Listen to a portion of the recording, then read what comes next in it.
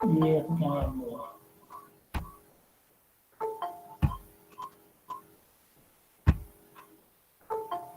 नीचे वो बता रहा हो गया तो इतनी जल्दी ना है चैट बॉक्स खोलो ना चैट बॉक्स अपना माइक बंद करो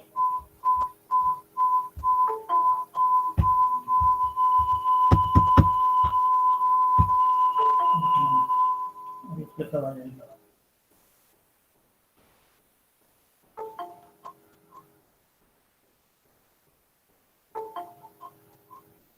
क्या हो गया इसमें रिप्लाई कैसे करना है? कितना यहाँ से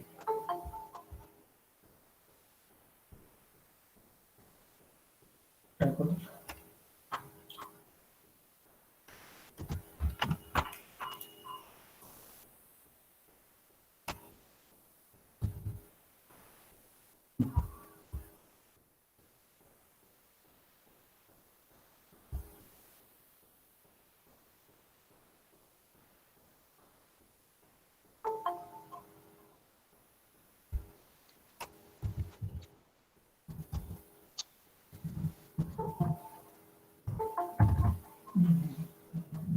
हाँ ऊपर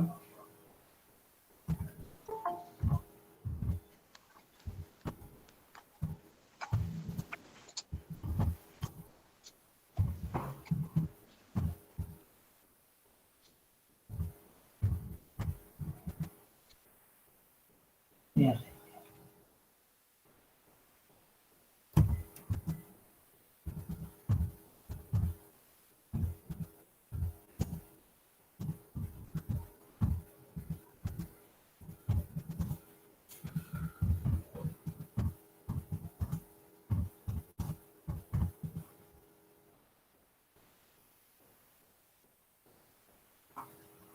उनका नाम लिस्ट आ गई बिल्कुल तो नाम लिस्ट आ गई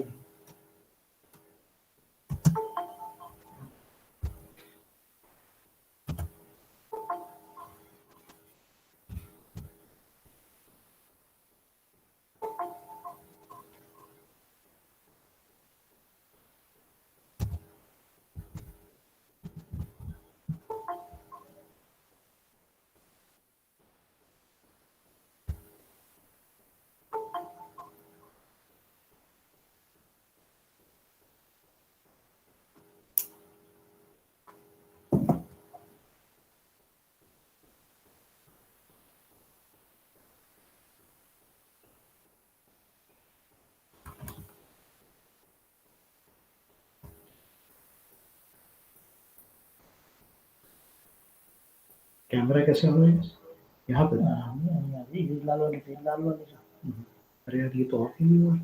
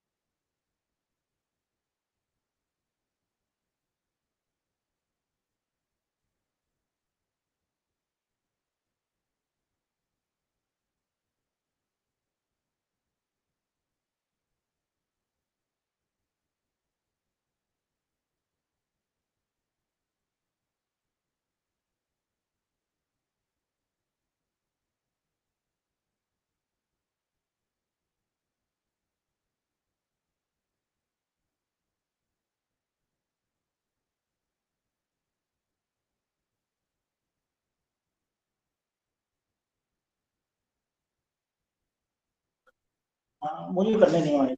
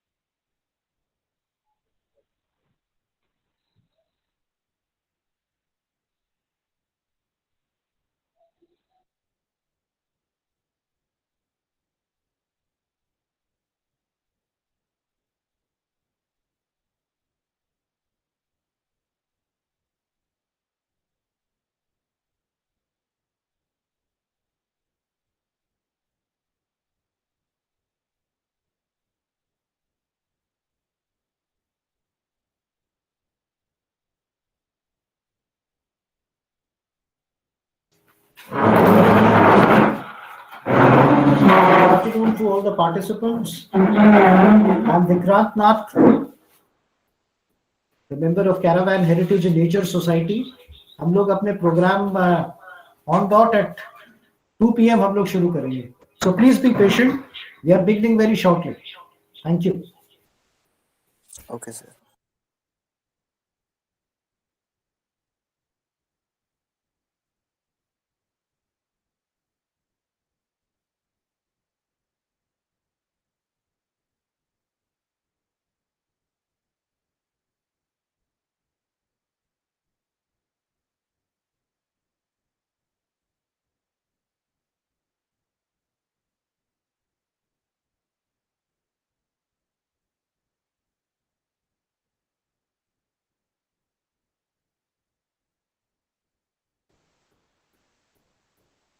Good afternoon once again. We'll be beginning very shortly when our guest of honor is here. Uh, Thank you for being here on time. Thank you for a wonderful participation.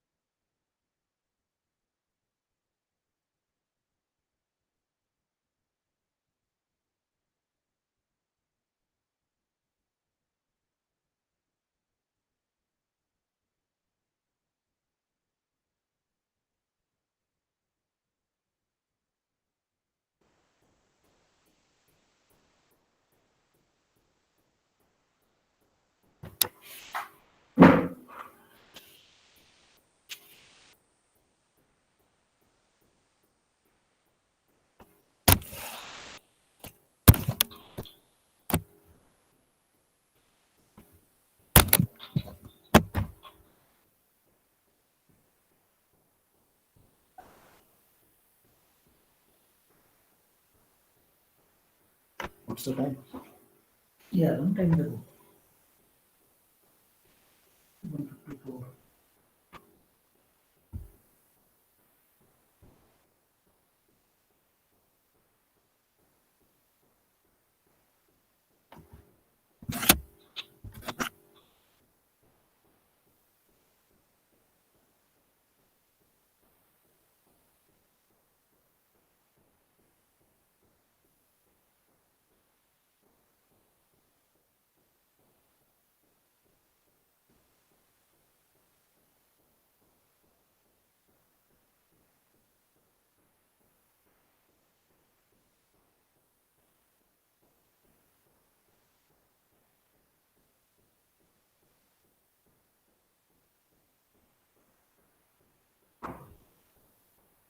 My God.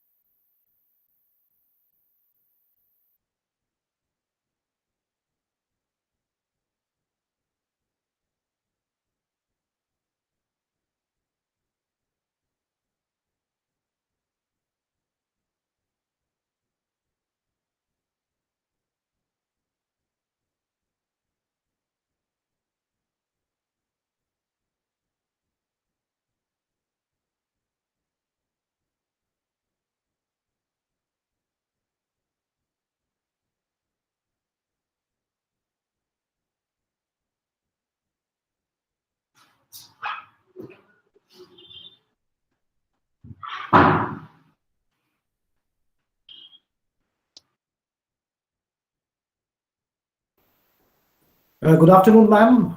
Vikrant Nath from Caravan this side. Good afternoon. Good afternoon. Nice seeing you here on this platform. Thank you, ma'am. Thank you, ma'am. Thank you so much for being with us. Despite your schedule, please, many thanks for being with us, ma'am. Thank you.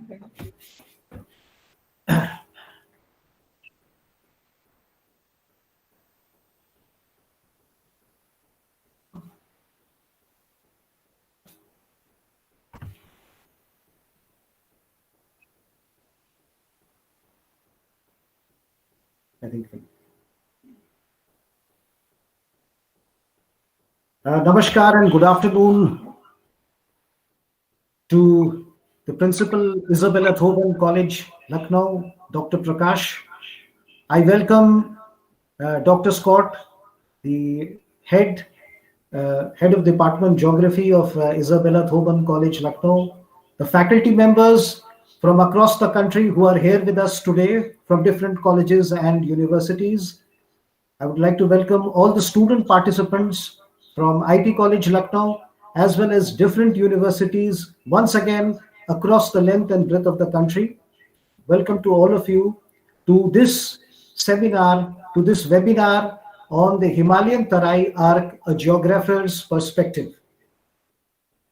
We are conducting this program under the able guidance of Dr. Scott, Head Department of Geography of IT College, Lucknow. She has been our person who has guided us throughout this program.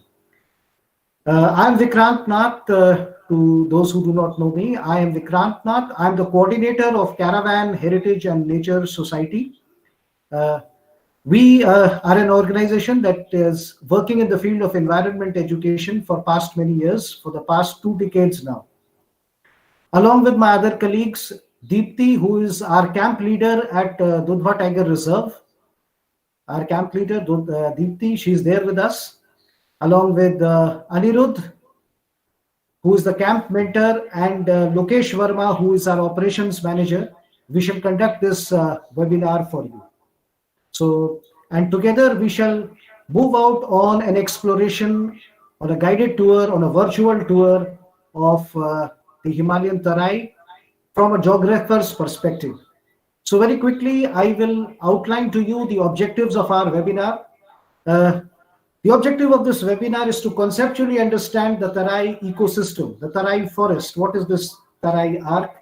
To visualize through our graphics, through our experience, the physical geography of Terai, to explore this region through a guided virtual safari, to gather information, relevant information, to sift out the relevant information from a huge body of facts, from a huge volume of facts. We have very interesting movies for you, which we have made right in the forest and then processed it further. So some very interesting movies will be screened, and we have made this program very interactive, in which we'll tease your brains so that you can win, our participants can win attractive prizes. Deepti, our camp leader, is also here. Can I have the next slide, please?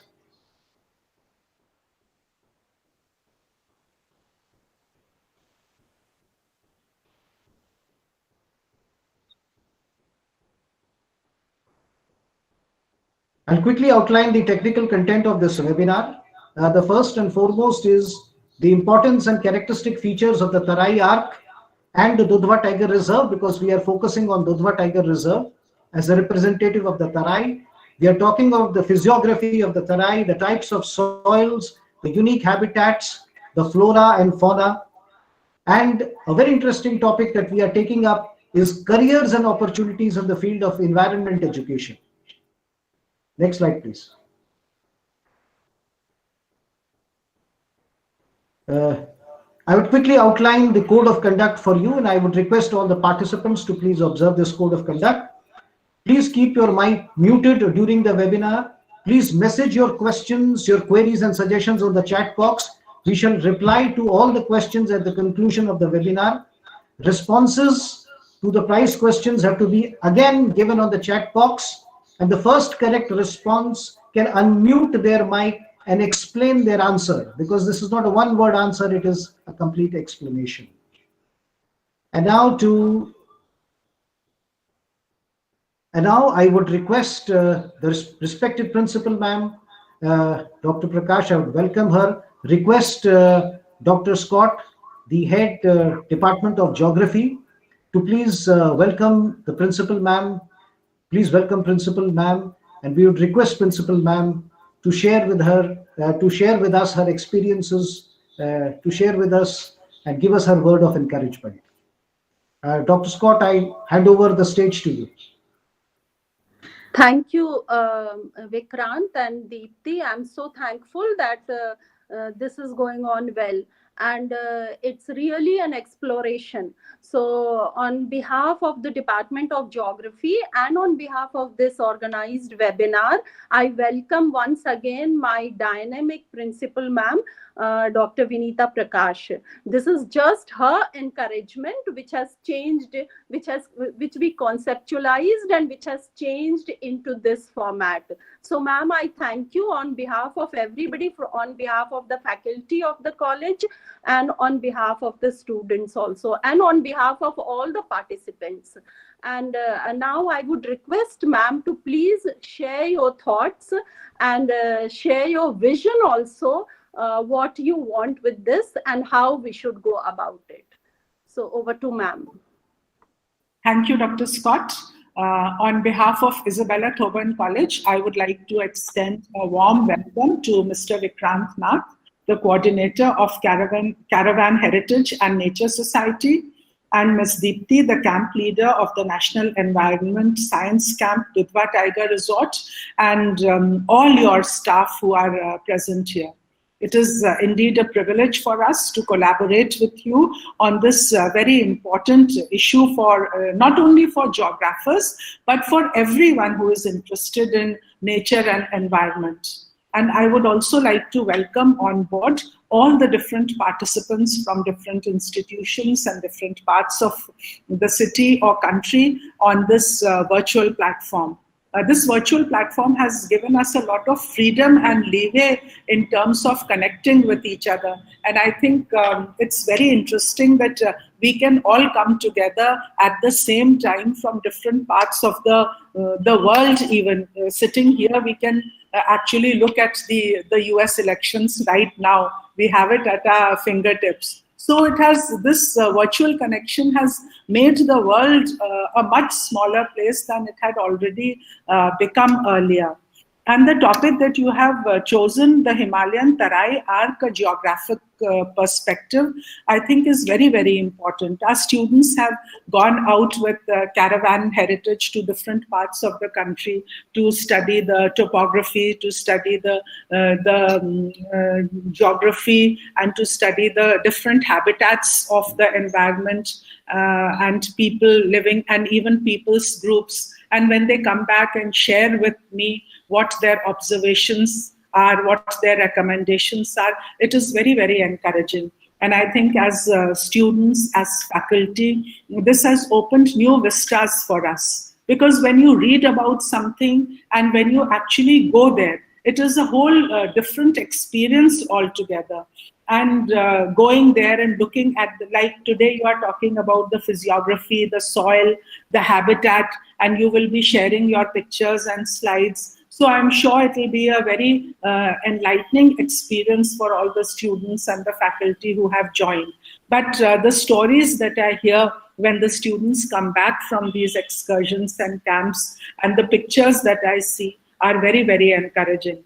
Another thing that you shared about careers and opportunities in environment education, I found that very useful and very pertinent to today's world, because environment education is something that all of us need, irrespective of the stream that we are studying, because environment affects and impacts each one of us. And I think it is the duty of each and every citizen, no matter how small, no matter how old, to protect the environment, to be careful about the environment.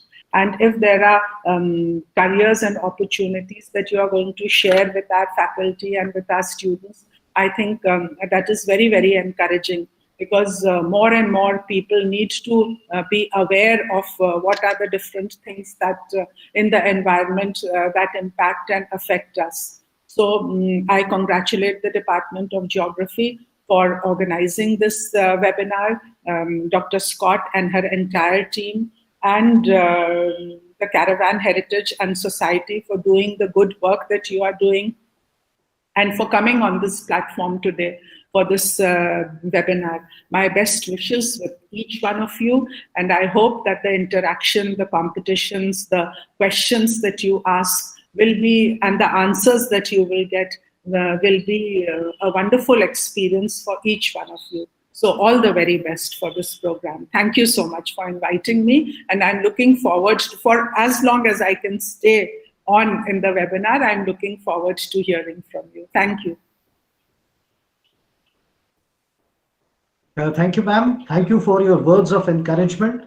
And I'm really glad to hear that you have talked about the careers and opportunities in the field of environment education. And since we have received so many queries regarding this webinar, this was something that the students talked about. They asked me, being the coordinator of the organization, this was something they asked me, sir, what are the opportunities for us? What do we gain from this? And we brainstormed on this issue of careers and opportunities.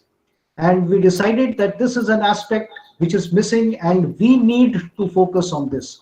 So, ma'am, thank you so much for your words of encouragement. Thank you, Dr. Scott, for being here. Thank you, Principal Ma'am, for being here, sharing your views on this webinar, sharing your views on the Himalayan Terai Arc. And without any further delay, I would like to begin the technical session. For that, I would like to request Deepti, our camp leader, who is stationed at Dudhwa for 6 months, to explain to our participants what is the Himalayan Terai Arc, what is so important about it, the geography, the habitats, the soil, and everything else. Deepti, you may please take over the program now. Namaskar to all the participants. I am Deepti. I am the camp leader at National Environment Science Camp, Dudhwa Tiger Reserve. We would like to immediately begin with the technical session on the Himalayan Terai Arc. Please take a look at this outline map of the Himalayan Terai Arc in India and Nepal.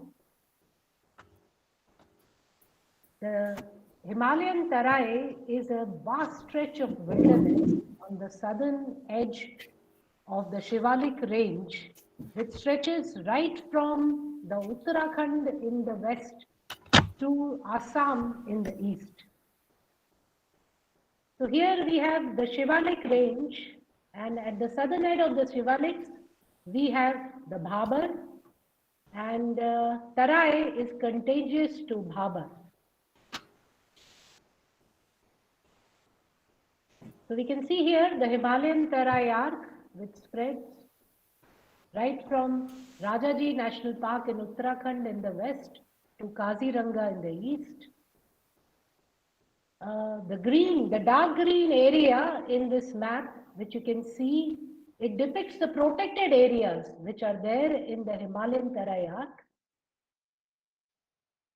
Here we have, a list of the protected areas, the tiger reserves and national parks, which are there in India in the Terai region, right from Rajaji to Corbett to Pilibhit, Dudhwa and Suhelwa.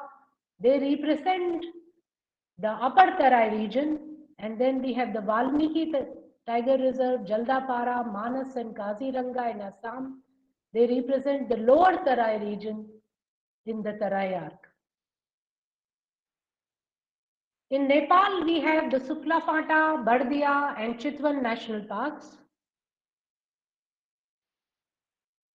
Well, the importance of the Himalayan Terai Arc, it is the most geodiverse mosaic of sal forest, wetlands and grasslands, which are created by the rivers, the Himalayan rivers, the streams, the nalas and the water channels. And these habitats, they They host amazing biodiversity and they are a home to endangered species of wildlife. They are also home to the Tharo tribal community, which live in the buffer regions of these protected areas. And the rivers, the Himalayan rivers, bring with them the very fine alluvium and the high water table which we have in Terai. This provides the perfect conditions for the forest which we have here and also for agriculture. So that makes Terai so important. Well, earlier, the Terai was considered to be impregnable, hosting a wide variety of wildlife. But today, it is a fragmented forest, almost like an island in a sea of, urban habitation and intensive agriculture.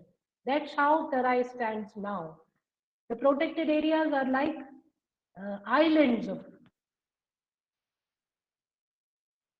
In this map, you can see the Dudhwa Tiger Reserve. It is one of the best preserved forests of the Upper Terai region. When we explore Dudhwa, we can actually experience the Terai. So participants, our members have made a small film on Himalayan Terai Arc for you. I request you to watch it carefully and you can have a chance to win a prize if you see this film carefully. So we are trying to screen it for you.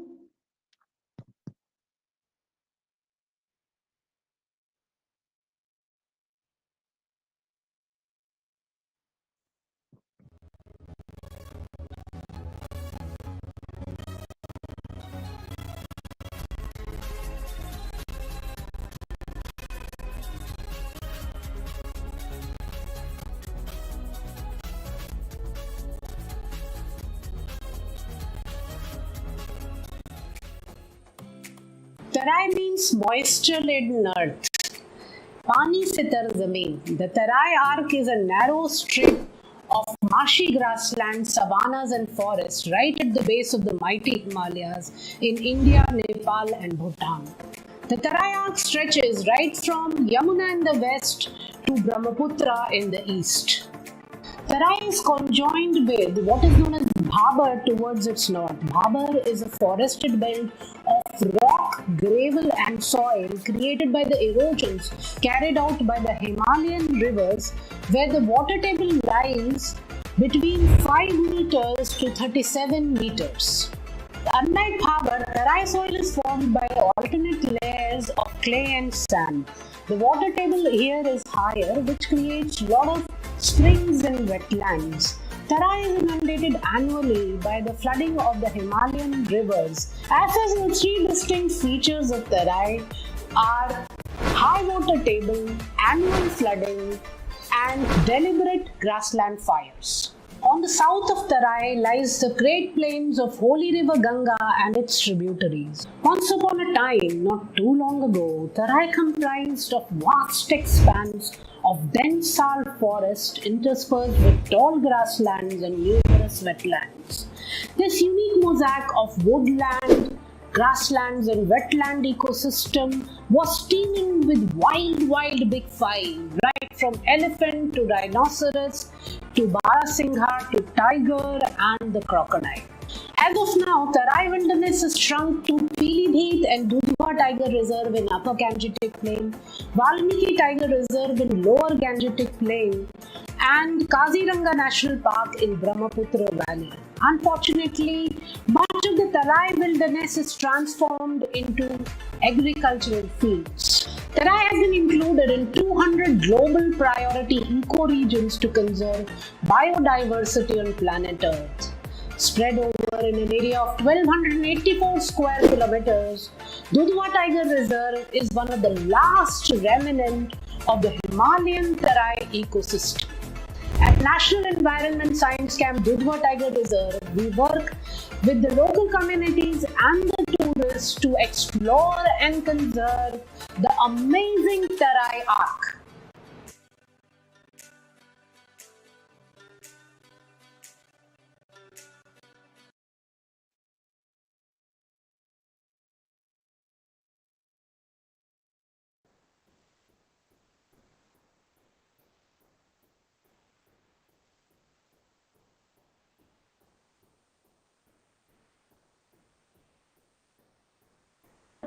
Here we have the first question for you.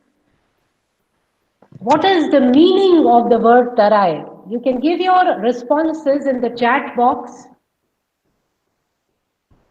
What is the meaning of the word Tarai? Your time starts now. Please send your responses.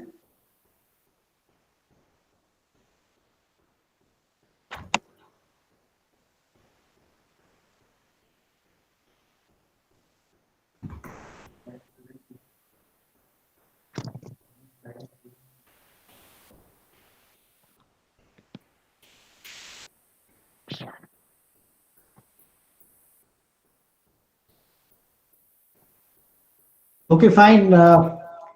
We were looking at the first correct answer, and I would request upon Komal Mishra to please unmute your mic so that you can explain to the participants the meaning of Tarai. Komal Mishra, could you please unmute your mic and explain to us the meaning of Tarai as you perceive it? Good afternoon, sir. Good afternoon, Good, everyone. very Yes, good sir. afternoon. Sir, as I have watched the video very nicely, so I understood Tarai means the moisture-laden earth. The earth Exactly. here is very filled with moisture, and Exactly. You are absolutely on track. Tarai, you have your assessment and you were Tarai attentively region watching is the very movie. moisture-laden. It's moisture laden land. पानी से तर जमीन, पानी से तर भूमि तराई है. So that's the correct answer. And you win an attractive prize, Komal. Thank you for your prompt response. Thank you, Other sir. participants, if you wish to win the prizes, you will have to be as quick and as nimble as Komal to get the prize. Komal, you can please WhatsApp your address to us, and we'll send a beautiful and attractive prize to you. And thanks for a very quick response. Deepti, I would request you to please continue the technical session. Yes, participants, you can here see a graphic representation of Dudhwa Tiger Reserve. The blue lines which you see here, they are the rivers. So you can see there is a complex system of rivers which you can see in Dudhwa Tiger Reserve. Dudhwa is in fact, it represents the Tarai ecosystem in the best manner, in fact the best preserved place of the Tarai ecosystem. So now we'll be focusing on the physical aspects of the Tarai region. In fact, we can give credit to the rivers, nalas and streams and water channels. They are responsible for the creation of the Himalayan Terai. And when these rivers change their course, we have the formation of the jheels, the water bodies, the wetlands, which in turn they slowly turn into patas or the grasslands, and finally the forests grow here. So it is the rivers which are the main instrument for the formation of the Himalayan Terai. See, these rivers, when they flow from the Himalayas, they erode the soil and the uplands and create the lowlands and the uplands during their course.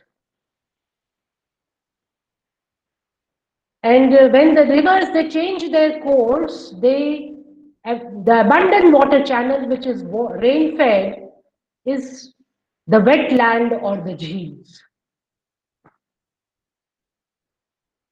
And as these wetlands or the jheels they get silted and dry up, the grasses grow here, and these dry water channels themselves change into the grasslands.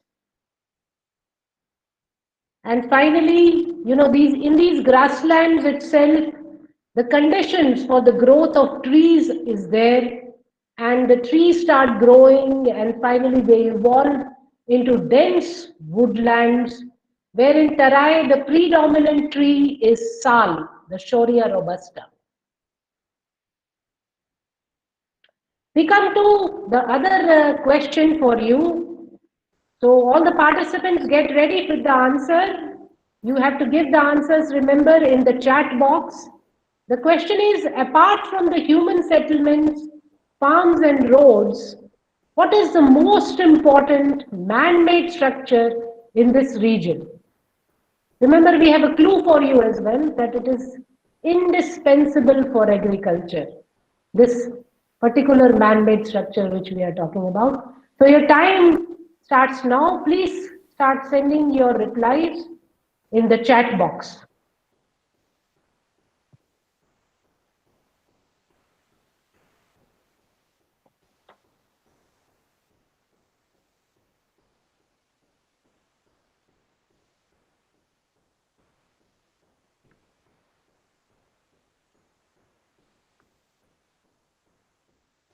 Participants, it's a man-made structure.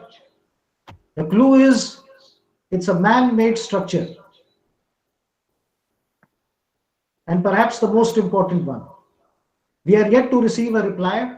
Okay, fine enough. We have the reply here.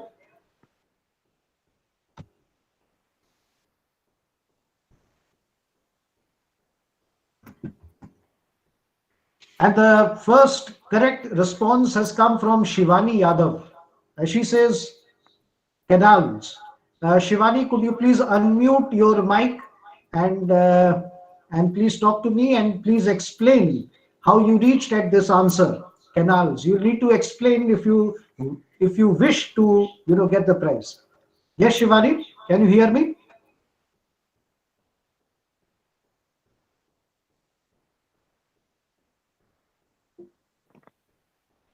Yes sir. हाँ जी, बताइए आपने कैसे ये अनुमान लगाया कि जो सबसे इम्पोर्टेंट मैन मेड स्ट्रक्चर है वो कनाल है? प्लीज बताइए, यू कैन एक्सप्लेन। सर वो एग्रीकल्चर में इम्पोर्टेंट होता है क्योंकि उससे इरिगेशन के लिए ठीक ठीक इरिगेशन में बिल्कुल बिल्कुल। देखिए ऐसा है कि there are several rivers flowing here, there are many rivers flowing here and there is a lot of water. So and there are parts of Uttar Pradesh that are deficit in water. So to provide water to these water deficit areas, many canals have been laid out here. They divert the water and provide water for irrigation to the water deficit areas. And that's a correct answer from Shivani. I congratulate her for winning the prize. Shivani, you can please send your address to us by WhatsApp and you will receive a beautiful prize from Caravan. I now request Deepti to please continue the technical session ahead. See, participants, you can see barrage here and the canal which is there in Dudhwa Tiger Reserve. We've already discussed its importance. Now let's come to see the rivers. As we have discussed earlier, the rivers have been responsible for the formation of the physiographic features in Terai. And it is these rivers itself which bring a lot of fine alluvium when they come flow from the Himalayas. They bring with them minerals and the fine alluvium which they deposit in the Terai region. And it is this soil and the minerals which nourish the different ecosystems which are there in Terai region. Another important feature of Terai is the water table. Here we can see from the hand pump, we have tried to show you that the water table in the Terai region, the blue lines are the water table. The water table in the Terai region is just at 7 meters. So actually the high water table and this fine alluvium which we have in Terai, this create the ideal conditions for the kind of habitats which we have in Terai. For the soil of Terai can be classified into three types. We have the sandy soil, which are the recent deposits, and it has coarser grains. Then we have the clayey soil with finer grains, and they are found in the abundant water channel. And then we have the loamy soil, which is a mix of sandy and clay soil. So now let's go for a virtual safari in the different habitats of Terai. they can be classified into 4 kinds of habitats. We have the riverine habitats, that is of course from the rivers which are coming from the Himalayas. Then we have the wetlands formed by the abundant water channels, the grasslands and the woodlands. In the due course ahead, we will be discussing the importance of these habitats, how these habitats are formed, the flora and fauna which is there in these habitats, how we conduct the field study in these habitats, and the present conservation status of these habitats. So be ready to go on a virtual safari with me on these habitats. Let's begin with the riverine habitat itself. See, participants, a river, a mighty river is actually a river system comprising of different, streams, small nalas. They all form a main river. Here in this graphic, we can see a river system of Ghagra River of Dudhwa Tiger Reserve. You can see that we have river Girva, Karnali, Kodayala, Mohana, Sharada. They all flow into river Ghagra to form the mighty river Ghagra, which in turn is a tributary of holy river Ganga.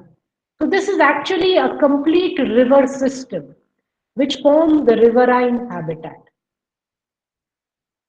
They are very important as they are the home to the great biodiversity.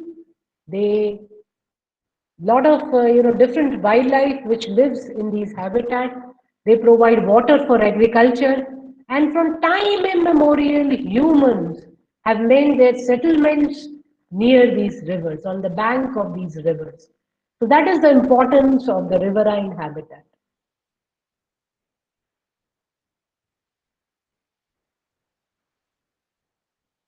See, these river on the bank of these riverine habitats, on the bank of these rivers, we have the evergreen crane forest and the Sisgum cumini forest, that is the jamun trees. We have dense evergreen forest on the bank of these rivers. And as we said that they are home to rare wildlife. Here in Dudhwa, the Dudhwa rivers are home to rare wildlife. The rare is common here. The flagship species is the fish-eating reptile, the ghadials, and our national aquatic mammal, the Gangetic dolphins, can also be seen in the Gerua River in Katania Ghat range of Dudhwa Tiger Reserve. We go for a field study in the riverine habitats through a boat cruise. We take up a boat cruise and go into Gerua River. Here, during our boat cruise, we can spot, a number of ghadials basking in sun, turtles, crocodiles, and we'll have to be very, we have to be great concentration to see the leap of the Gangetic dolphin. And when we go on these boat cruises, on the banks of the river, we can see the dense cane forest. And it feels as if we are on an Amazonian rainforest safari. At present, there are 3 main factors which are threat to the riverine habitats. One is, of course, the water pollution. Then we have the major dam projects which are there on the riverine habitats, which restrict the flow of the river, cause siltation, and they also restrict the movement of the wildlife. They get trapped in the canals. You must have heard in news about the river dolphins being rescued from the canals. They are actually trapped in the canals. So these are the threats to the riverine ecosystem. Now be ready, we have the question for you. Hindi में जो Gangetic dolphin है उसको सूस कहते हैं, तो क्यों उसको सूस कहा जाता है, इसका आंसर आपको देना है. तो प्लीज चैट बॉक्स में अपना आंसर दें. क्यों जो है जो गैंजेटिक डॉल्फिन को सूस कहा जाता है? थोड़ा कॉमन सेंस इस्तेमाल करें और आंसर भेजें जल्दी जल्दी।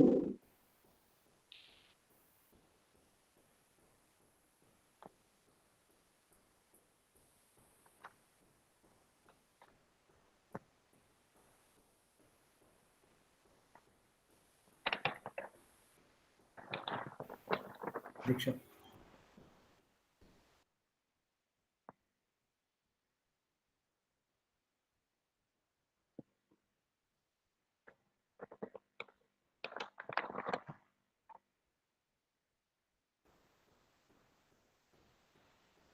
see, they are very much found in the Indian subcontinent. They don't make noise. But why are they called soos? Well, they are not only found in Ganga, they are found in Ghagra, they are found in Girua. And Brahmaputra also. And Brahmaputra. They are blind and don't harm. But why are they called soos? How does it explain that?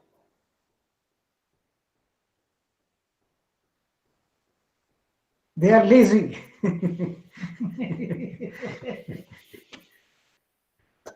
Okay. All right, time up. There is a response, and I would like to hear the response from Diksha Pandey. Diksha, could you please unmute your mic? और आप please क्या explain हमें कर सकती हैं कि इसको सूस क्यों कहते हैं? आपने लिखा कि वो नॉइस निकालते हैं, तो क्या दीक्षा आप हमें समझाएंगी कि इसका क्या कारण है? Yes sir. हाँ जी, बताइए सर, मैंने पढ़ा है कि ये चंबल नदी में भी पाई जाती है, तो वहाँ इसकी जब ये तैरती है उसकी आवाज के बेस पे से ये सूस बोला जाता है। चलिए, दीक्षा ने काफी हद तक इसका सही उत्तर दिया है, तो दीक्षा के लिए एक स्पेशल प्राइज। प्लीज आप इनका नाम नोट कर लीजिए और दीक्षा आप व्हाट्सएप के माध्यम से अपना एड्रेस भेजिएगा। देखिए, ऐसा है कि जो गैंजेटिक डॉल्फिन है वो एक मैमल है। अब उसको मैमल है पर वो पानी में रहती है। It's the national aquatic mammal. उसको चूंकि सांस लेनी होती है तो वो एक छलांग लगाती है और जब वो छलांग लगाती है सांस लेने के लिए, तो जो सांस अंदर लेती है उसमें सूस की आवाज सुनाई देती है। जो आसपास के लोग हैं उनको उसकी आवाज सुनाई देगी, इसी कारण से उसको सूस कहा गया है। और शायद यही, मैं समझता हूं यही कारण है कि हिंदी और संस्कृत में इसको सांस कहते, सांस, क्योंकि सांस की आप ऑडिबल आवाज आपको सुनाई दे सकती है। तो दीक्षा, कॉन्ग्रेचुलेशंस, आज का आपने प्राइज आपने जीता है। और अब मैं दीप्ति से रिक्वेस्ट करूंगा कि टेक्निकल सेशन को आगे जारी रखें। Thank you. See, participants, now we'll be going on the virtual safari of the wetland habitats. They are very important because they are the natural source of water for all the denizens of forest as well as for us. They recharge the groundwater table. They are actually like a sponge. So they absorb the water and recharge the groundwater table, and they are home to a great biodiversity. So that is the importance of the wetland habitat. How are they formed? So as we discussed earlier, when a river changes its course, the abundant water channel, we have made a small graphic representations for you. If you see the side view, you can see that the river has changed its course and an abundant water channel is there, which will be now rain fed, and these are the wetlands or the lakes or the jheels which are found in the northern Gangetic Plain. And if you see the top view, you will see how the neck is cut off and the river is going on a straight path, and we have the abundant water channel, which is also known as the Oxbow Lake, and this is the new wetland which has been formed. Now, in the wetland, we have a large variety of flora. We have the algae, the aquatic plants, In aquatic plants, we have the floating plants, the submerged plants, then we have grasses, and then we have forest on the side of the wetland, the Barringtonia forest, okay, the Neora trees.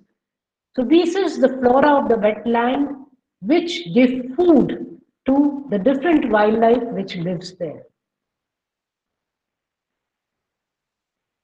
In the wetlands, the representative species of the Terai wetland at Dudhwa Tiger Reserve is the swamp deer. Swamp deer is also the state animal of Uttar Pradesh. You can actually see at Jhadital big herds of swamp deer in water. And besides the swamp deer, we have the migratory birds which spend their winters in these wetlands. They migrate all the way from Siberia and colder regions to spend their winters here. Then we have the otters, the crocodiles, fishes, turtles, snakes, and insects. They all live in these wetlands. In the wetlands, we conduct, the field study in the wetlands at Jhadital in Dudhwa Tiger Reserve, in the Kishanpur range of Dudhwa Tiger Reserve. We have Jhadital, which we consider as one of the most beautiful places in the world, not only because of the flora there, but the wildlife which you can see at Jhadital is just amazing. In near Jhadital, they have made different watchtowers or machans where the naturalists can spend hours armed with their binoculars, with field guides, and under the guidance of the field experts which we will provide. We spend hours there observing the behavior of the wildlife, their movement, and we also conduct bird counts. So this is how we do our field study in the wetland habitats at Dudhwa Tiger Reserve. Now, these wetlands, as we mentioned, that with time, the siltation is there in the wetlands and they dry up and they convert into the grasslands, which is a natural process, in fact. And but the forest department has tried to revive the old wetlands by pumping the water, the groundwater, but it has not been much successful. In fact, as we have seen that these wetlands are created when a river changes its course. So as river Sharda and other rivers keep changing their course in the Tiger Reserve, we have new wetlands which are formed. But the sad part is that the protected area is restricted. So these new wetlands which are formed, they are converted into agricultural lands, as we can see in the photograph. These are converted in, this is an abundant water channel, and this is now converted into the agricultural lands and later into habitation for man. So the natural process of creation of new wetlands and then conversion into grasslands and finally forest is not to take place. And if the old wetlands are lost, then the whole grassland, the whole wetland is threatened. So this is a major threat for the wetland ecosystem. We come to the question for you. Be ready to answer it. The question is, of the factors mentioned in the previous slide, which is the biggest threat to the wetlands? We have discussed कि क्या major threats है wetlands ecosystem पर. तो आपको please अपना answer भेजना है chat box में कि आपके अनुसार वेटलैंड को सबसे ज्यादा थ्रेट किस चीज से है, मेजर थ्रेट क्या है वेटलैंड पर.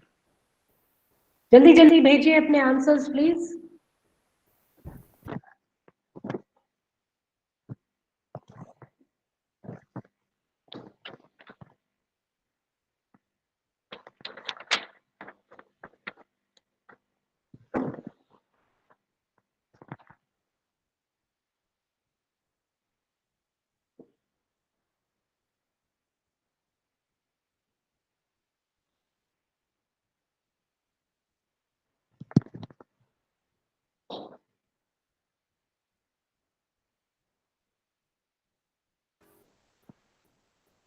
Okay, time up. I would request Akanksha Mathur to please unmute your mic. Akanksha, please, could you please unmute your mic? Yes, sir. Akanksha, you mentioned restricted space of protected areas. Yes, sir. Would you like to explain this point, please? Yeah. Sir, restricted space of protected areas mean that, sir, the wetlands had an restricted space when they will, sir. So I'm not being able to because the answer is long. So Please try. Please try. You are on track. You understand the concept. Try to explain it. It will be helpful for all of us. sir, in wetlands, I'm. So just give me 1 second. Take your time. Take your time.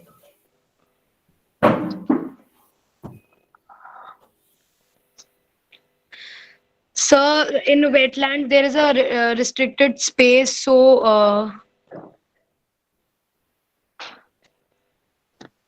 Okay, fine enough. Fine enough. You are quite on track. I know. No, I understand that you have understood the concept. So yes. let me try to. Yeah, you can send us your address and we'll send you the price for you. Thank you.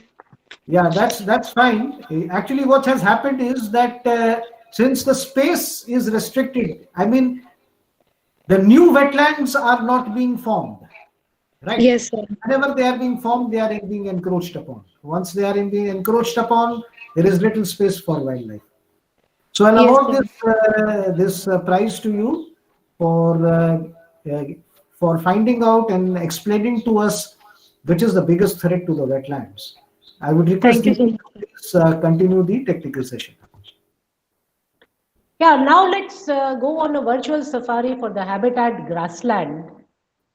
See, participants, we have seen that how the wetlands are created, and we mentioned that with time there is siltation in the wetlands and they dry up. And the grasses start growing there. We have grasses and they convert into a grassland ecosystem or habitat. See, these grasslands are very important. In fact, it is said that if there is no grass, there is no tiger. Because these grasslands are like the dining table of the forest. They provide the fodder grass for the survival of the herbivores, and who in turn are hunted by the carnivores for food. So that is the importance of the grassland. In the Terai region, we have the moist sal savannas, which are scattered throughout the moist sal forest. Here in the photograph, we can see a moist sal savanna, which is there in Dudhwa Tiger Reserve. See, in these grasslands, we have variety of grasses which grow depending upon the area and the soil which is there. Different crafts of grasses grow in these grasslands, and they are food to a variety of fauna. We have nari, nar, retwa, ul, mayari. All these grasses, they grow in these grasslands. The representative species of the grassland habitat is the great Indian one-horned rhinoceros. In fact, earlier the rhinoceros used to roam all over the Gangetic Plain, but they became extinct from the Gangetic Plain. They were reintroduced in Dudhwa almost after 100 years in 1984. They are also home to the endangered Bengal floricle, a bird, and hispid hare. They were rediscovered in Dudhwa almost after 50 years. So grassland is a very crucial habitat. In grasslands, we conduct our field study and experimental study. We go by jeeps, we go on foot on nature walks to the grasslands. We collect soil samples, study them, we catalog different grasses and do scientific documentation, learn how to photograph through our mobile cameras. and do our field study in the grassland. Well, as I mentioned earlier, grassland is the most threatened of the habitats because they are the most easy to convert into agricultural lands. For forest, you have to cut the trees. For wetlands, you have to actually drain the wetlands. But for grasslands, you have to just plow them and convert them into farmland. So that is why they are the most threatened of the ecosystems. Here we have another question for you. Be ready. We must have a lot of responses for this. The question is, of the grasses found in Terai, what percent do you think are edible? कितने percent जो grasses हैं उनको जो fauna है वो खा सकता है? ये आपको बताना है, which are the food for wildlife in percentage. So please send your answers fast. We are already running of time.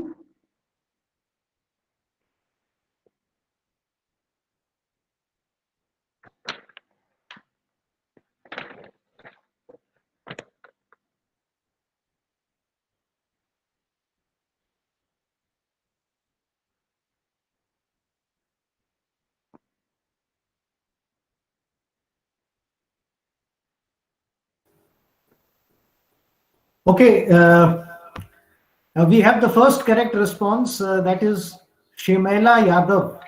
Shimela, please apna mic unmute kariye, and could you please respond to, can you please hear me? Could you please respond to me?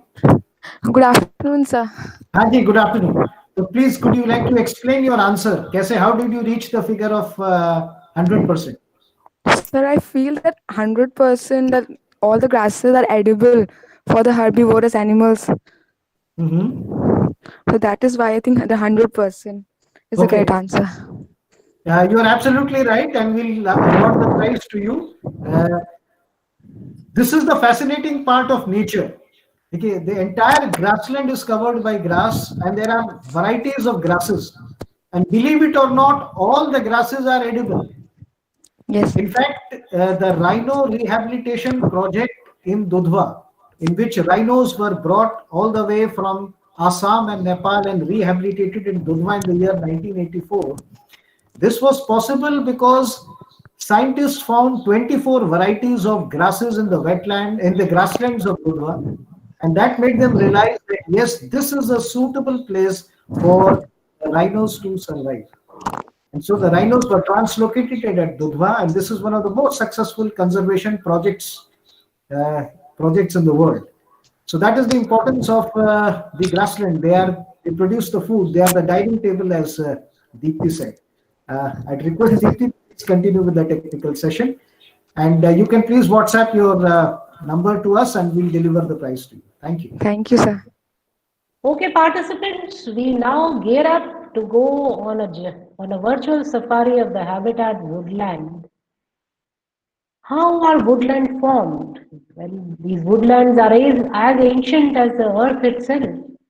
And as we have seen in the formation of the wetlands, when the river changes its course, a wetland is formed, and the wetland is silted to finally form a grassland. And in these grasslands, the conditions are created for germination of seeds, and the trees are grown, and finally a dense forest is created. And usually there is one dominant tree in these woodlands. And here in the Terai forest of Dudhwa, we have the sal, the Shorea robusta, the dominant tree of the woodland. Well, these ecosystems are very important because they act as the carbon sink. They absorb, and they are home to such variety of biodiversity. They prevent soil erosion. There are a lot of medicinal plants which you can get here. And there's a lot of cultural significance also, because sal tree is associated with Lord Gautam Buddha. He was born under the sal tree. Well, here in Terai, we have the deciduous forest and the evergreen forest. Among the deciduous forest, we have different types of sal trees. Different types of sal forests grow on different elevation. We have the Damar sal, Chandar sal, and Bhabar sal. And the evergreen forests which grow at the banks of the rivers. We have the cane forest and the riverine forest, where the predominant tree is the jamun tree, the Siscum cumin. So here in this graphic, we have tried to show you how different forest types are formed. They are found with respect to the river. If you see, there's a river here, and we can see at the river banks we have the evergreen forest and the riverine forest, and then we have the deciduous forest farther from the river. The flora, as I mentioned, that the predominant tree is the sal tree, the Shorea robusta, and there are other trees. In a forest, there are different, we have the different stories of trees in the forest. We have the high story, then we have the middle, and then we have a smaller story. The asna or the sal tree are among the higher stories. Then we have rohini in the middle story tree, and then we have the bhat plant. And besides this, there are a number of other trees also in the woodland habitat. The fauna, well, the flagship species, of course, His Majesty, the Royal Bengal tiger, is the flagship species of the woodland ecosystem. Besides tiger, we have the sloth bear, the barking deer, the smallest of the deer. He lives all on his own in the woodlands. And the sighting of the great Indian hornbill. It is, a reward for the naturalist. For the field study in the woodlands, we go deep into the forest on 4x4 jeeps. We are accompanied by knowledgeable field guides. We also take up nature trails in the buffer forest of the Tiger Reserve. We observe the telltale signs, the scratch marks, the pellets, the food habits. We observe the food habits of the wildlife sighted, the behavior, the status of the wildlife in the natural habitat. This is how we do our field study in the woodlands. A very adventurous and interesting journey. Well, from times immemorial, right from the colonial era, there have been an illegal felling of the trees, which has done irreparable loss to the woodlands, because these trees, they generate very slowly. Sal, in fact, you'll be surprised to know that it takes 100 years to regenerate. And then there are infestation of weeds, which are preventing the indigenous plants to grow. So this is the most important threat to the woodlands. Now we have the question for you. See, you can see a structure in this photograph. आपको एक structure दिख रहा है जिसके ऊपर ये bird बैठा हुआ है. ये bird crested serpent eagle है जो कि एक structure पर बैठा है. ये एक natural structure है. आपको identify करना है कि ये structure क्या है और उसकी क्या importance है food chain में. तो प्लीज अपने आंसर्स तुरंत भेजिए चैट बॉक्स में. आपको क्या लगता है ये स्ट्रक्चर क्या है और इसका क्या इंपॉर्टेंस है फूड चेन में.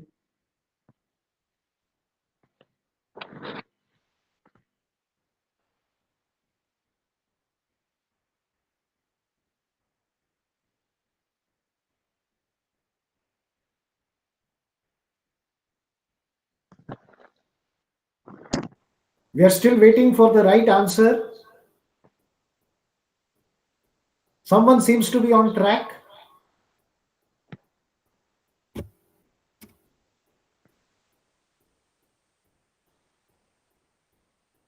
Bone-like tree for eating, root of a tree, leftover of a fallen tree. I'm still awaiting for the correct answer. Yeah, I give you a clue that these are made by some life form itself in the forest. It's a natural structure. It's a natural structure. Decayed tree. Fungus over plant. Fungus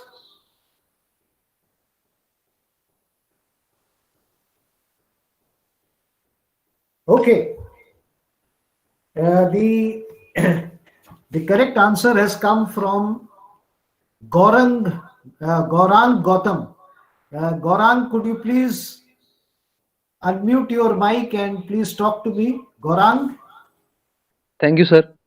हाँ गौरांग, क्या बताएंगे ये क्या है और आपने इसको कैसे एनालिसिस की, ये क्या है और अब क्या ये जो स्ट्रक्चर है उसका क्या इंपॉर्टेंस है? प्लीज आप आज पार्टिसिपेंट्स को बताइए जी.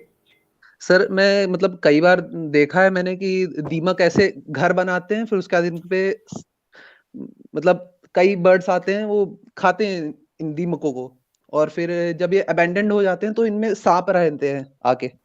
बिल्कुल सही. बस गौरांग ये बता दीजिए कि ये इंसेक्ट्स वहां पे जो टर्माइट्स खाते हैं, जो बर्ड्स खा रहे हैं, वो मतलब किस लिए उसका भक्षण कर रहे हैं? भोजन के लिए तो है. अगर बस एक पॉइंट आप मुझे और जोड़ दें. सर और तो ज्यादा नहीं पता. चलिए बढ़िया. Gaurang, the correct answer has come from Gaurang. देखिए this is what is known as the termite hill, जिसको हम हिंदी में बाम्बी कहते हैं. अब आप इसका पूरा वो स्ट्रक्चर देख सकते हैं. And apart from the fact that it recycles would, it is the protein factory of the forest. The birds and the sloth bear, they are really fond of, they love to eat the termites, and the protein content of their diet is sourced from the bambi or the termite hill. So Gaurang, congratulations, आपका answer बिल्कुल सही है. और आप अपना WhatsApp number please हमें भेज दीजिएगा. We'll send you the prize. We'll send you a very attractive prize. Thank you for your participation. Thank you, sir. Okay. Thank you, sir.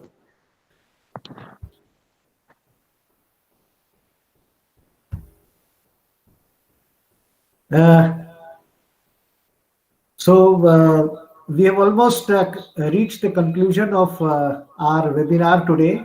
Webinar on the Himalayan Terai Arc, geographer's perspective. And now I would request one of the best geographers in our midst, Dr. Scott. I have accompanied her on several geographic tours, and it's a pleasure to be with her and hear and understand the geography of a place. So, ma'am, I would like to request you to just summarize and add something that we have missed upon. Ma'am, the stage is now yours, ma'am. Thank you, Vikrant. I'm so humbled to hear such elevating words from you. So I do not feel like that, but thank you, Vikrant and Deepti, both of you, to giving me this stage and to collaborating. So the entire webinar was conducted very well, and the quizzes went on very well, and the depictions which Deepti had done and the safaris on which she has taken us, really I felt very connected to the entire environment and the entire geographical aspect. And I would like to add few things to this, that Tarai is and especially, it's so amazing. Himalayas are amazing, majestic, amazing feature of the entire world, The entire world does not have feature like Himalayas and the Tarai of the Himalayas. I mean it from the depth of my heart, because whatever conditions we have in India, all the climatic conditions we have in India, and it's just because of Himalayas. Okay, so sometime else we can have an extended form of this, but here I would like to say that had there been no Himalayas, we wouldn't have survived. India won't have survived. I feel as a geographer and as a person of environment like this. So it gives tremendous, it has tremendous secrets. It engulfs so many secrets in itself. And the topic which Deepti has chosen, the Tarai, is the extension of the Himalayas. The rivers which come from Himalayas, they fall in the Bhabha region and disappear over there, and then again reappear in the Tarai. So like amazing geology also is there. Geological structure is really wonderful. So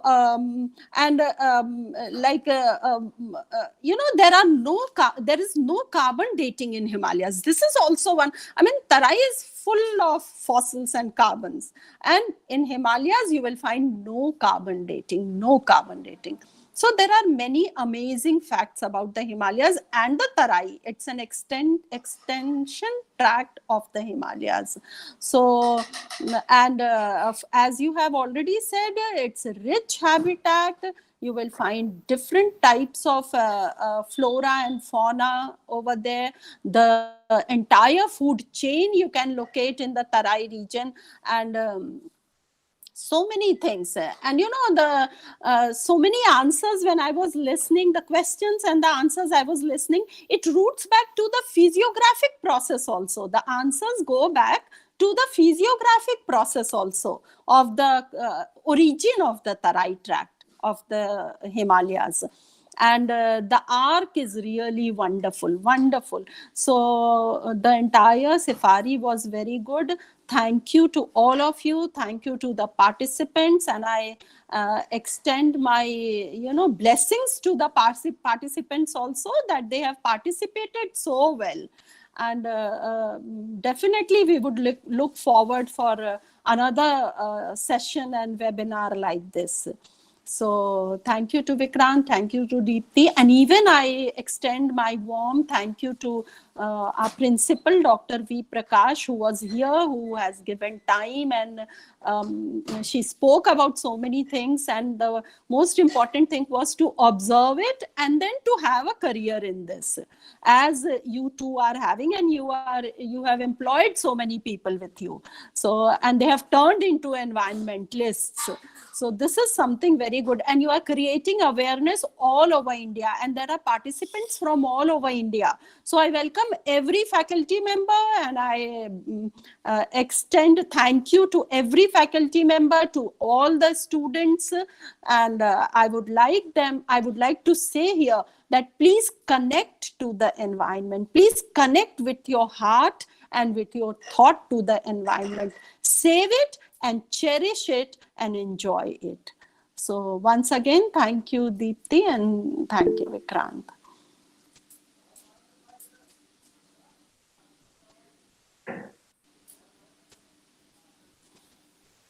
Yes, participants, we are still continuing. We would like to just wind up the session, and I would request Deepti to please quickly recap the webinar today for us, and then we will tell you something more about our field study camp. See, participants, we have tried to, as ma'am mentioned, we have tried to cover in this webinar the location and importance and conservation status of the Himalayan Terai Arc, how important it is, and especially focusing on Dudhwa Tiger Reserve, where you can actually explore the whole of Terai, because it is one of the best preserved region in Terai.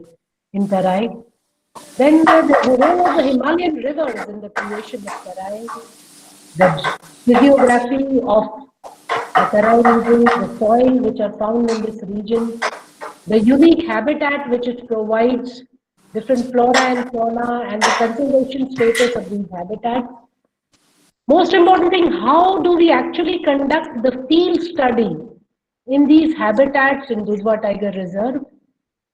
And you have given an intelligent responses to our brain teasers. So that is how we have tried to do in the webinar. We have still to discuss the careers in the field of environment, which Vikrant sir will be taking up. So let's. Before that, I think sir will be telling you about the field study camp. Yes, sir. There is a question from one of the participants. It's from Gaurang, and he wants to know, before I take up the field study camp, he has asked a question, and I will respond to your question, Gaurang. But I'll just quickly run through, the highlights of our field study camp first, and then I'll explain at length about the question that you have asked. He has asked a very interesting question. In fact, the participants can send their questions. They can send their questions in chat box. We have a question answer session also. There we'll be trying to answer all the questions by the participants. Yes, sir. Right. So I'll quickly tell you something about our field study camp. First, the highlights of the camp. See, this is a camp which has extensive field study involved. Extensive field study. This is not a classroom camp. It's a camp which is outdoors. So that is one unique feature of our camp. You have ample time. You have hours and hours at end to be on the machan and observe and identify the flora and the fauna. One of the very interesting things that we have for you is scientific documentation through mobile phones. See, everyone cannot afford a DSLR, and that's quite wasteful also. So what are the techniques of photography that will help you in scientific work, in scientific documentation? This is a very important part of our field study camp. Then we will involve all our participants in hands-on conservation work, right? You're not going to Dudhwa for just a study tour. It's a conservation work that we shall involve you in. And we always feel that since we are dealing with youth who is on the threshold of their careers, we want to tell you about enterprise development in this field. Whether you are a student of geography, a student of environment science, a student of social work, or from the field or from any other field, what are the opportunities available for you for your own career development, for your own future employment? We would be taking up all these issues at our camp. And then we don't want to limit this camp to mere academics. So this camp is full of adventure. We have jungle safaris, nature trails, campfire, amateur astronomy, experience the Dudhwa sky as never before, great food and homely comfort. That is there at the field study camp at Dudhwa Tiger Reserve. Next slide, please. So I cordially invite all the participants here at this webinar and your other friends to please come over to the field study camp. We have a 3 days camp, a 1, 2, 3, and 4 weeks camp. The first slot commences on 18th December 2020, and then there are dates available in the month of January, February, March, and April. So you have ample time to take a decision and send us your registration for the field study camp. Next slide, please. All right. Now, a very important part is what are the career options available for the young participants, for the student participants in the field of environment, in the field of geography. So I would like to tell them to you. Just summarize them for you. We will take them at length at the field study camp. As naturalists in the field of ecotourism, this is a career opportunity available for those interested in environment. As field educators associated with schools, colleges, and institutions. As entrepreneurs, you can develop your own enterprise, which is so close to our heart. And finally, we have worked out a model in which interested people can collaborate with Caravan Heritage and Nature Society to spread environment education, to spread environmental awareness for us. Can I have the next slide, please? These are the reference materials that we have incorporated apart from our own invaluable field experience of past 15 years. We've used the management plan of Dudhwa Tiger Reserve from the UP Forest Department. There is another report published by the Wildlife Institute of India, Dehradun, on mapping of national parks and wildlife sanctuaries, and flora of Dudhwa National Park by a scientist from NBRI, Dr. K.K. Singh. So these are the authentic information that through which we have sourced and collected and collated the information for this webinar. Next slide, please.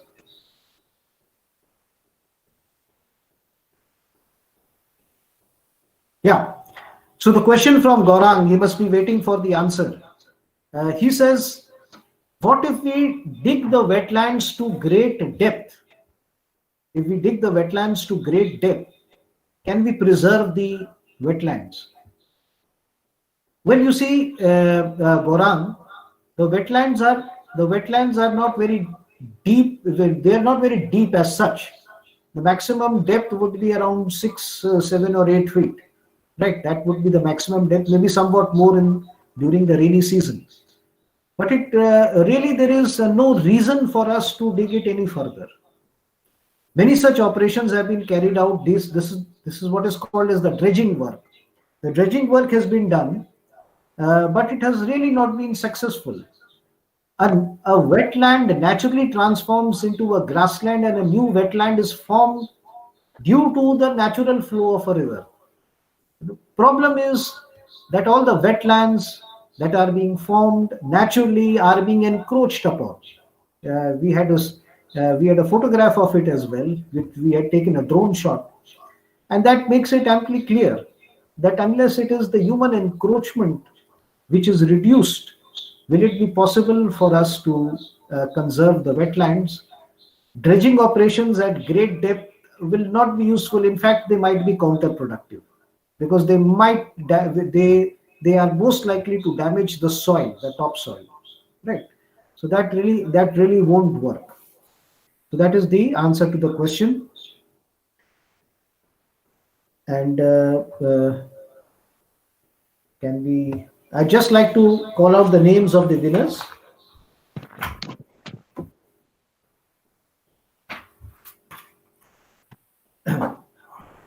The winners for the questions we have asked are Komal Yadav, then Shimali, Diksha, Akanksha, and Gorang. These are the winners for the questions that we have asked today. Sir. Haji. Sir, my name is Mishra. I am Komal Mishra. Okay, fine, Komal. We'll add your name. Don't worry. Your name is included here. Okay, sir. So back to Deepti. Yeah, before we show you the field study camp movie, there's a small movie which we have made on the field study camp. We would like to tell you that we will be giving you a certificate of participation. An e-certificate will be given to you. So the participants which are there with us in the webinar can give their names in the chat box, their full names in their chat box, so that we will be sending you the e-certificate. Right? So participants who are there with us as of now, they can give their names in the chat box, full name for the e-certificate. And you can also follow us on the social media. We have our own channel by the name of Caravan Heritage and Nature Society.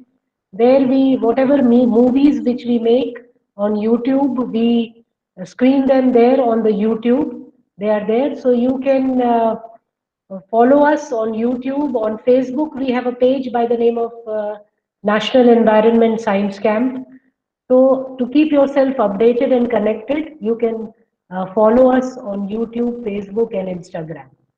So do give your names for the certificate. And we are screening a field study camp movie for you. It's a small movie which will tell you actually what we will be actually doing during our field study at Dudhwa Tiger Reserve.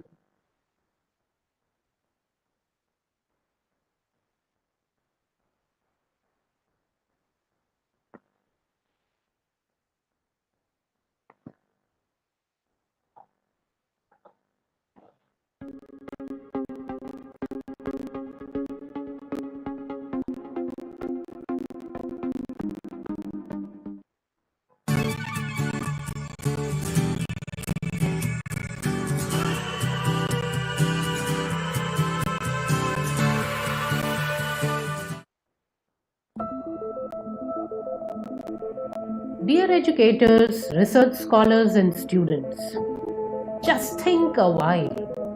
A field study where formalities of stiff academic study are dispensed away, where one adopts an informal yet adventurous approach, where in a dense jungle, a participant feels very much at home. Just imagine a while. A vast campus that spreads far and wide to encompass a forest, farms, orchards, and villages. When it even extends into a neighboring country, where on a misty winter morning you gulp hot cooler tea, where you stroll in the woods and gossip about Bagh in sweet Awadhi, where around a smoky campfire we together sip a steaming cup of soup and listen to legends of jungle. Welcome, one and all, to National Environment Camp at Dudhwa Tiger Reserve in District Khiri, Uttar Pradesh. This reserve is located in the unique Terai Arc landscape that spreads out on the southern edge of the Himalayas on the Indo-Nepal border. The organizer of this camp is Caravan Heritage and Nature Society. We at Caravan are devoted to environment education and conservation. Caravan has chalked out a thorough field study camp to enable research scholars, PG and UG students of environment sciences, life sciences, geology, geography and social sciences to experience nature like a hardcore naturalist. In fact, the scope extends to just anyone with an eye for nature. At this field study camp, we strive to elucidate the ecology of Dudhwa and Terai forest in totality.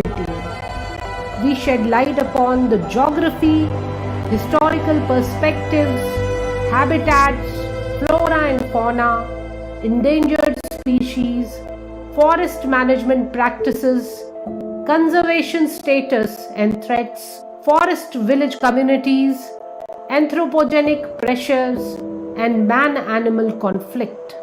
But above all, we aim to evolve an environment conservation model that can be practiced and implemented by each individual participant at his community level. Field Study Camp is an out-and-out action-packed program. Every day, soon after the briefing session, campers are outdoors for an extensive field work, nature walks, stimulating team games, jungle safari, boat cruises, and other adventurous activities. They are guided by different people from diverse fields whose vast experience of Dudhwa is inside out. These include local journalists, forest guides and watchers, villagers, farmers, and of course caravan members. This camp has 4 modules: Naturalist Eye for 1 week, Naturalist Vision for 2 weeks, Naturalist Insight for 3 weeks, and Naturalist Discovery for a month. The other special aspects of this camp is experimental study, free access to reference material, interaction with knowledgeable people, proper documentation, sessions on photography and filmmaking, as also building networks with other like-minded people.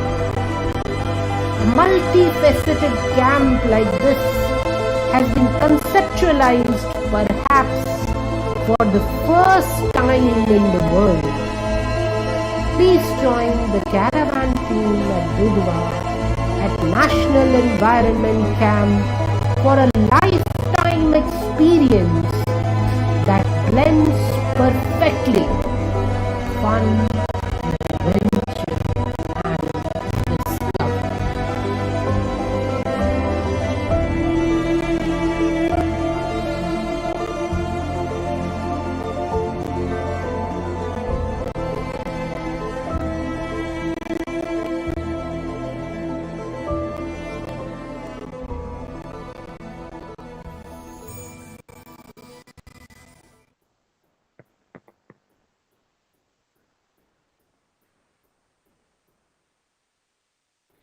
Well, participants, this webinar was one of our first efforts on a virtual platform to reach people and to involve them into study of geography and share whatever knowledge which we have collected during our field studies at Dudhwa Tiger Reserve.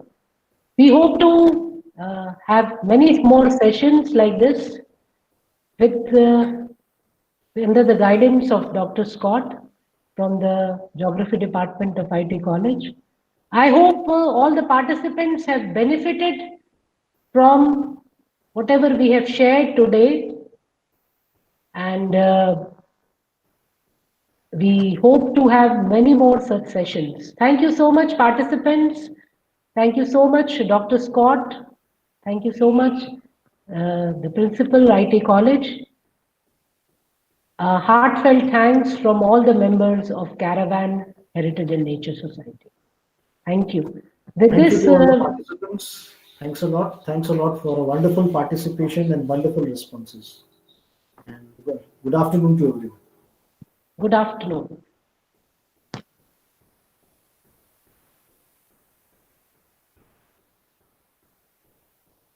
Thank you, ma'am.